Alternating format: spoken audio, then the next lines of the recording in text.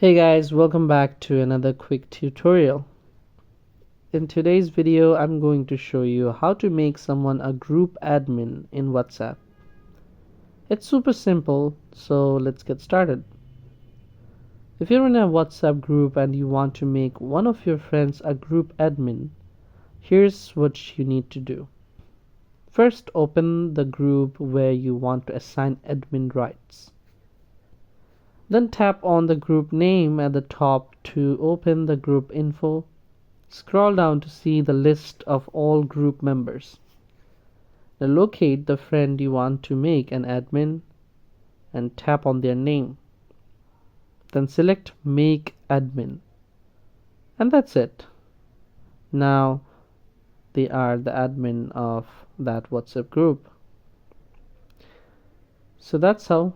It's so simple and easy. Thanks for watching this video. If you found this video helpful, don't forget to like, comment, share and subscribe to our channel for more tips. I will see you in the next video.